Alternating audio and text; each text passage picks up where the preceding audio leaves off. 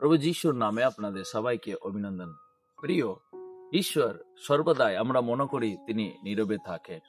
তিনি আমাদের জীবনের তিনি কোন দিকে তিনি আমাদের হয়ে তিনি পরিকল্পনা করে রেখেছেন, এটা আমাদের কাছে একটা সন্দেহের বিষয় হতে পারে।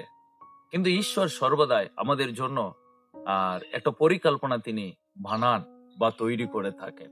অনেক সময় আমরা প্রার্থনা করি, আমরা বুঝতে পারি না যে প্রভু সত্যি কি আমার প্রার্থনাকে তিনি শুনছেন। অনেক সময় আমরা তার পথে চলার সময় আমরা বুঝতে পারি না যে প্রভু কি আমার সঙ্গে তিনি আছেন বা আমার জন্য তিনি কাজ করছেন। তো তাহলে কেন আমাকে এরকম পরিস্থিতি হচ্ছে, কেন আমার জীবনে দেরি হচ্ছে, কেন আমার দেরি করে সবই আমরা করছি। কিন্তু প্রিয়, বাইবেল আমাদেরকে পরিষ্কার তিনি বুঝিয়ে বলছেন। রোমিও পুস্তক 8 সেখানে 28 পদ সাধু পৌল এরকম বলছেন যে, আর আমরা জানি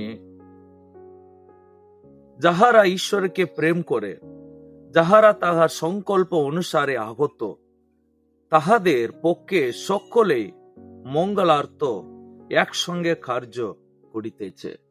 সাধু পৌল এখানে বলছেন, যারা ঈশ্বরকে প্রেম করে, যারা ঈশ্বরকে ভালোবাসে, যারা ঈশ্বরের উপরে ভরসা করে, তাদের জীবনে তিনি সবকিছু মঙ্গলের জন্য তিনি করেন। তার কারণ তিনি আপনার মঙ্গল চান। তিনি মঙ্গল প্রদান করার ঈশ্বর, তিনি অমঙ্গল আনার ঈশ্বর নাই।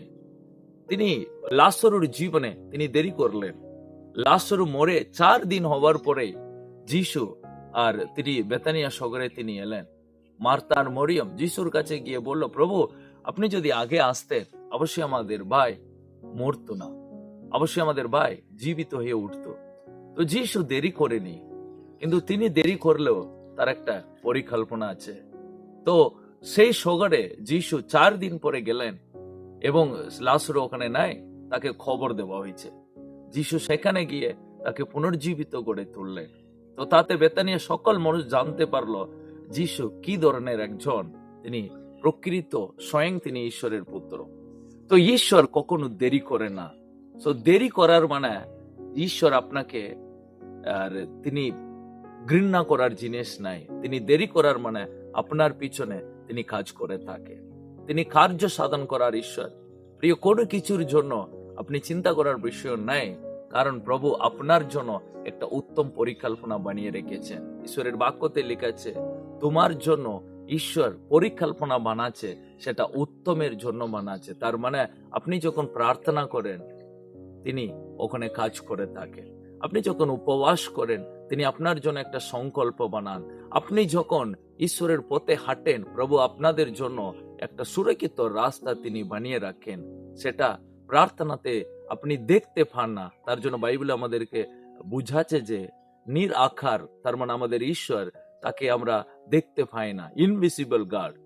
আমরা যখন ভরসা রাখি, কার উপরে ভরসা রাখি? একটা ইনভিজিবল নিরাকার জিনিসের উপরে রাখি। কিন্তু তিনি নিরাকার হতে পারে, কিন্তু তিনি সর্বশক্তিমান। তাই আপনার ভরসা একটা নিরাকার জিনিসের উপরে রাখুন, অর্থাৎ প্রভু যীশু খ্রিস্টের উপরে। তিনি আপনার জন্য কার্য সাধন করার ঈশ্বর। সুপ্রিয়, এই বাক্য আপনাদের জন্য অনেক আশীর্বাদের বাক্য। God bless you.